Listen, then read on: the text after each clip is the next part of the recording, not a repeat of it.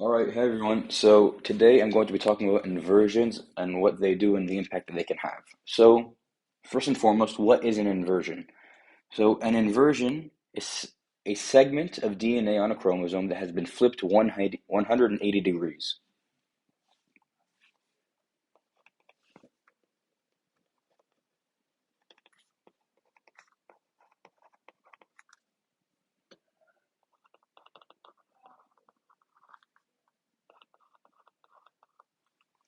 All right, so an example of that would be if we were to have a chromosome with the gene sequence A, B, C, and D, and we were to have an inversion occur between B and C right here. That would result in us having a new chromosome in which we have A, C, B, and D. So we see that both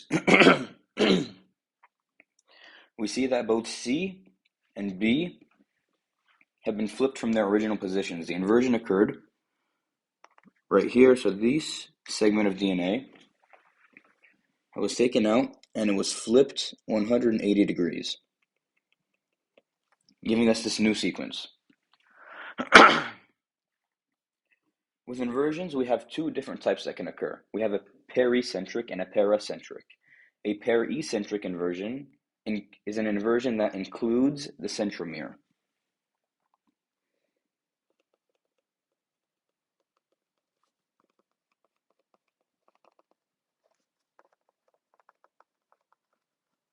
And an easy way to remember that is pericentric. We have an I right here for includes.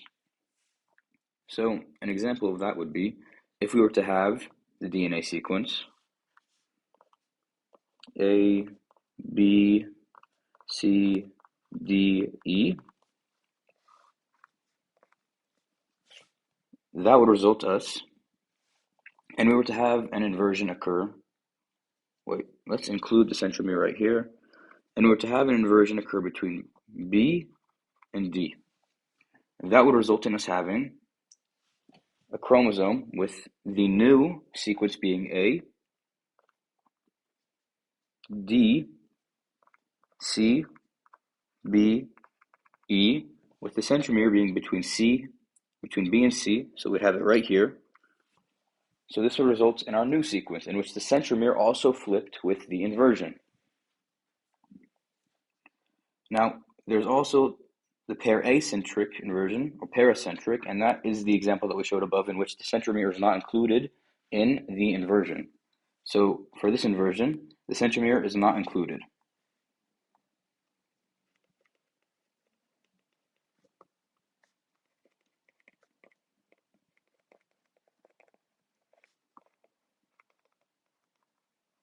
And an easy way to remember that is looking at the name paracentric, we see that we have A.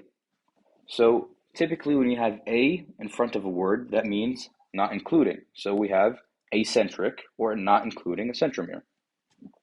All right.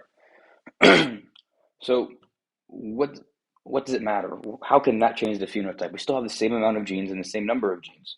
Why might that change the phenotype?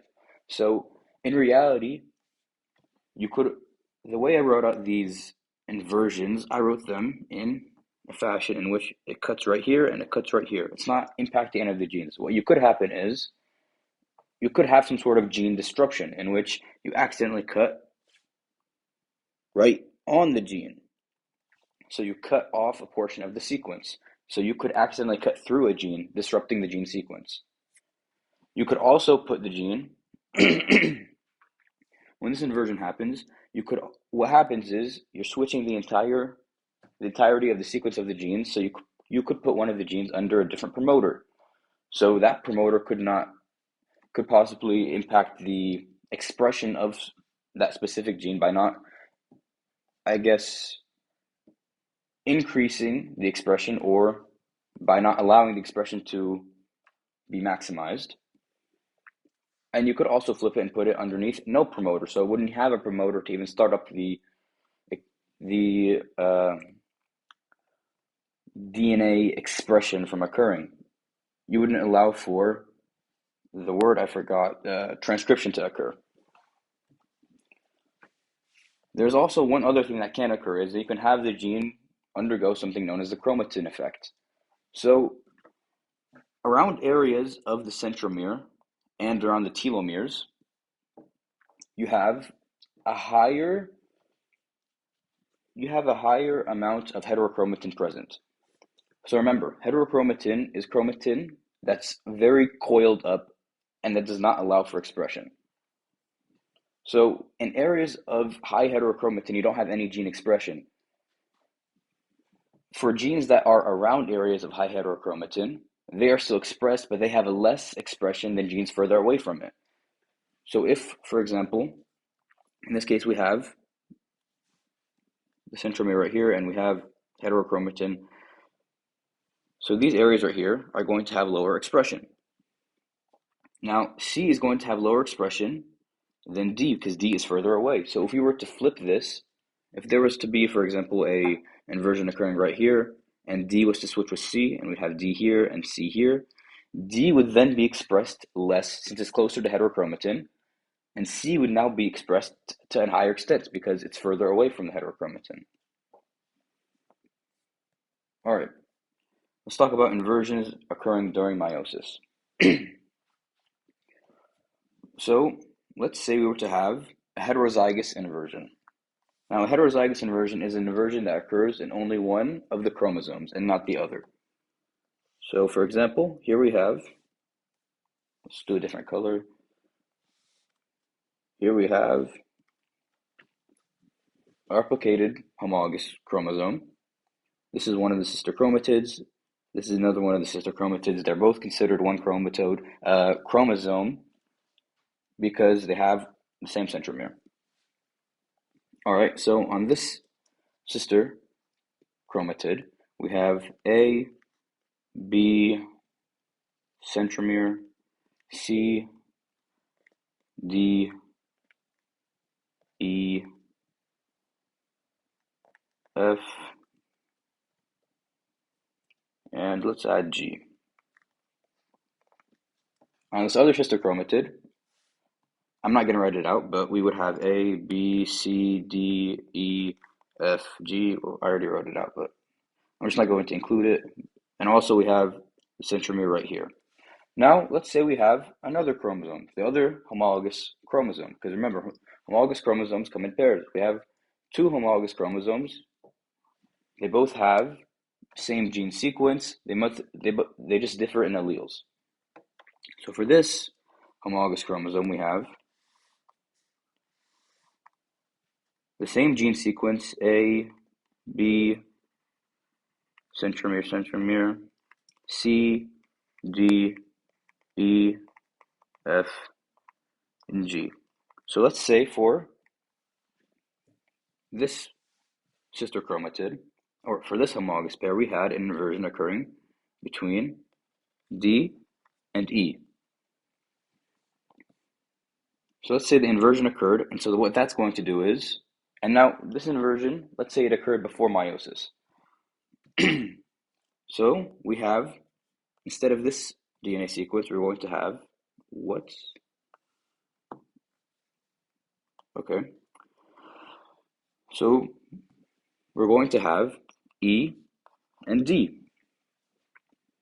So we had an inversion between D and E, and that caused the gene sequence to flip in the homologous pair in one of the homologous chromosomes. Now it goes through meiosis. So this side right here is going to have A, B, C, E, D, F, and G. So the DNA sequences both differ. This is a heterozygous inversion in which only one of the chromosomes has inversion.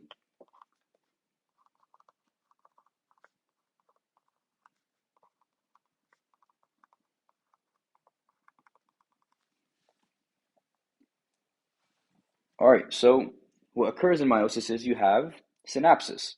So during synapsis, what that essentially means is Synapsis is the process of pairing up of homologous chromosomes during meiosis 1. So during synapsis, the homologous chromosomes, what they're going to do is they're going to come together and align themselves side by side, aligning the genes with one another. And then you're going to have a protein which is going to hold both of the sister chromatids together. And that is going to help stabilize the chromosomes, and it's going to promote the exchange of genetic material. And in the case that the exchange of genetic material occurred, that would be known as crossing over. So synapsis is essentially just a specific step in meiosis that allows for crossing over to occur, in which both of the chromosomes come close together. So these homologous chromosomes are going to have to go through synapsis. So if we were to, so normally, all right, so right off the bat, just looking at this example right here, in order to go through synapsis, these genes must align. So we have A aligning up with A, B with B, C with C. Now we have D and E. They can't align because they're different genes. We also have E and D. Those won't align. We have F, and those will align. G, and those will align with one another.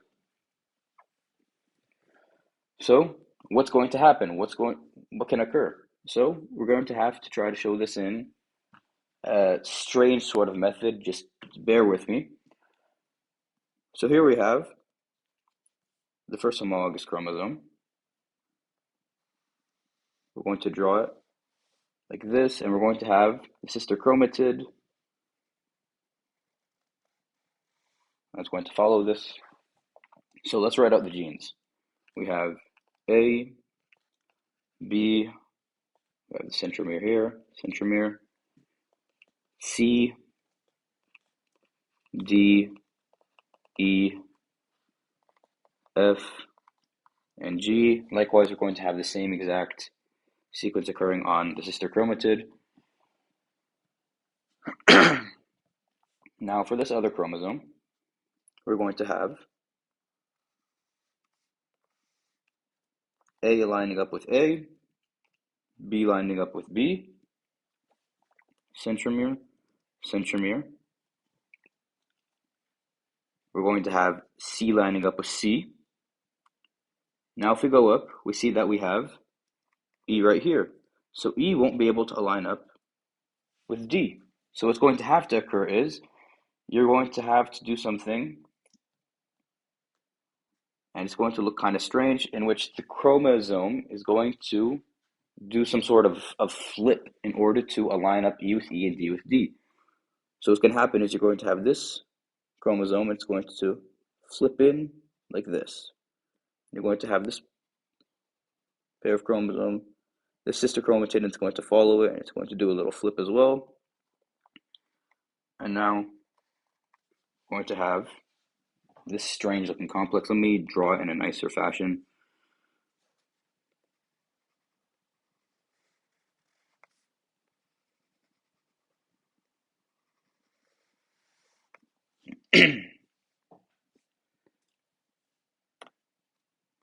Yeah, this is a very ugly drawing. This is just...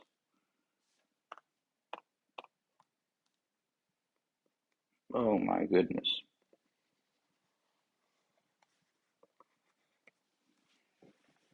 All right, so now we have A, B, C right here, and we're going to have E right here aligning up with E.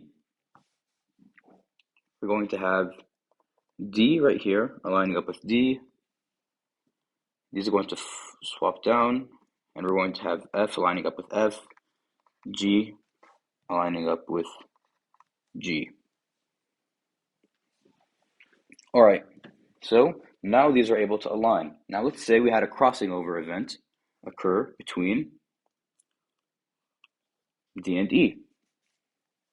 Let's draw, so right off the bat, normally without a crossover, we would have the result of 4 specific gametes. We would have a result of this gamete right here. So we'd have A through G with no inversions, nothing wrong. We'd have A through G. Likewise, if we had no crossing over, for this chromosome right here, or for this sister chromatid, no crossing over, nothing would occur. It has the same sequence as the sister chromatid on top, so it's going to also be A through G. These bottom ones, they both have the same sequence, no crossing over occurred, so we result with, in a chromosome A through G with an inversion between D and E. Now, if crossing over was to occur,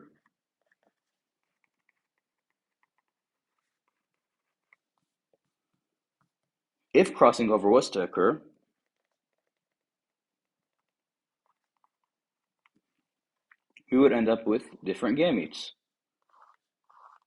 So we see from this example, let's erase this.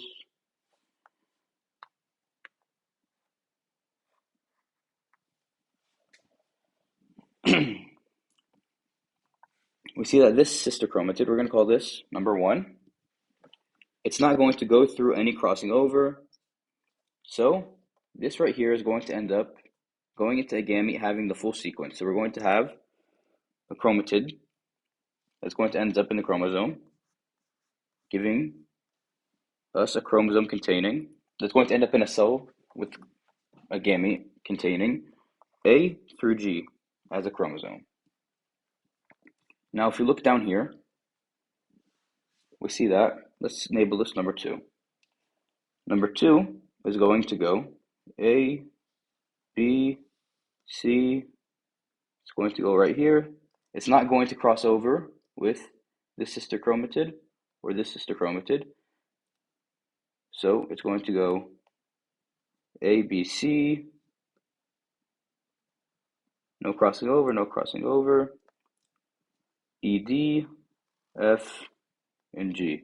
So we're going to end up with a chromosome containing A through G with a crossover at E and, is it E and D? Yes, it's E and D. Crossover with an inversion at E and D. No crossover, it's going to have an inversion at E and D. So these two gametes are going to be viable. They contain all of the genes. This one contains an inversion, which may impact phenotype, but it still has all of the genes and it's still going to produce a viable gamete. Now, let's look at this chromatid. Let's call it number 3. So, I'm going to follow this with a highlighter.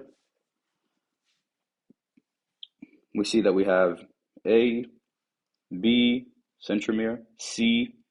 Now, we're going up.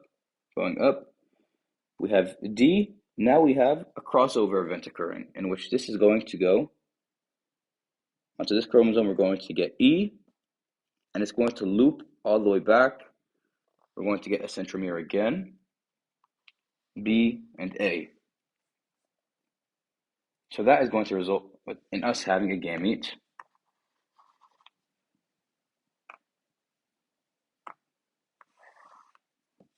that has the sequence A, right here for A, B,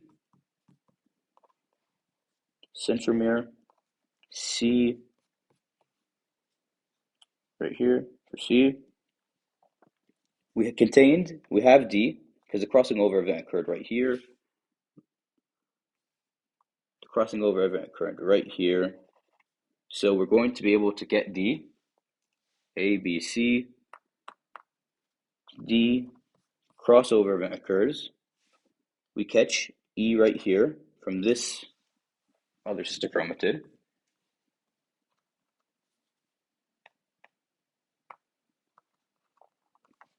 We catch E, we're going to loop down and all the way back, and we're going to catch C once more, because we have C right here. So there's going to be a C right here, centromere, B, then A.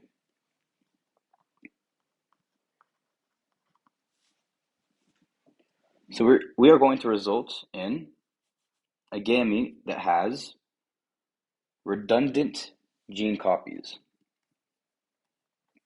So this right here has 2 centromeres, and that's going to be known as, and that is what is known as dicentric,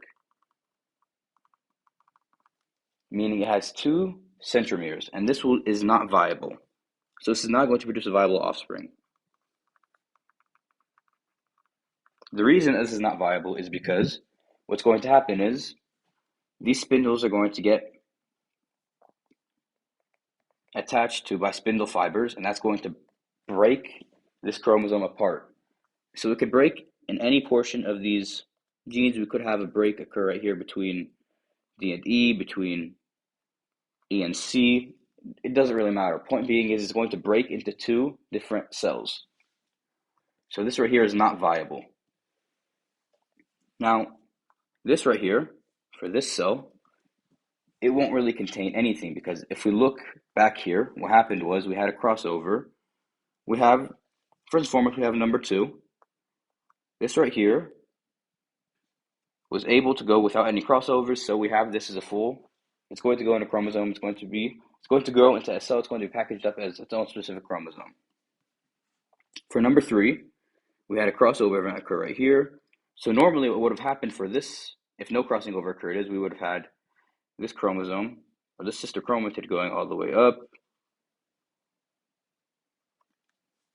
and then it would just go all the way around, and then it would be packaged. But since we had a crossover event occur right here, we have this portion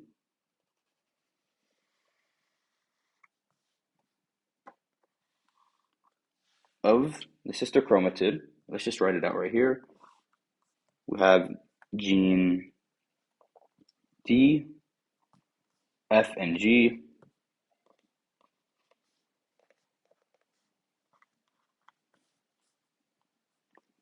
And that that right there is acentric, meaning it contains no centromere. So the likelihood of it being packaged up and put in a chromosome, put in a cell, pardon me, I keep on mistaking the cell for chromosome. The chance of it being put in a cell or in a gamete is very low. So it most likely will not even be packaged up in this gamete at all. Instead, this right here is going to split into 2 gametes, since it has 2 centromeres. And they're both going to have whatever genes in here. It doesn't really matter, because it could split right here. It could split between D and E. It could split between C and D. We don't know, and it doesn't really matter. So, as a result of this this inversion, we're going to end up with 50% of viable gametes and 50% of non-viable gametes. That's essentially how inversions work.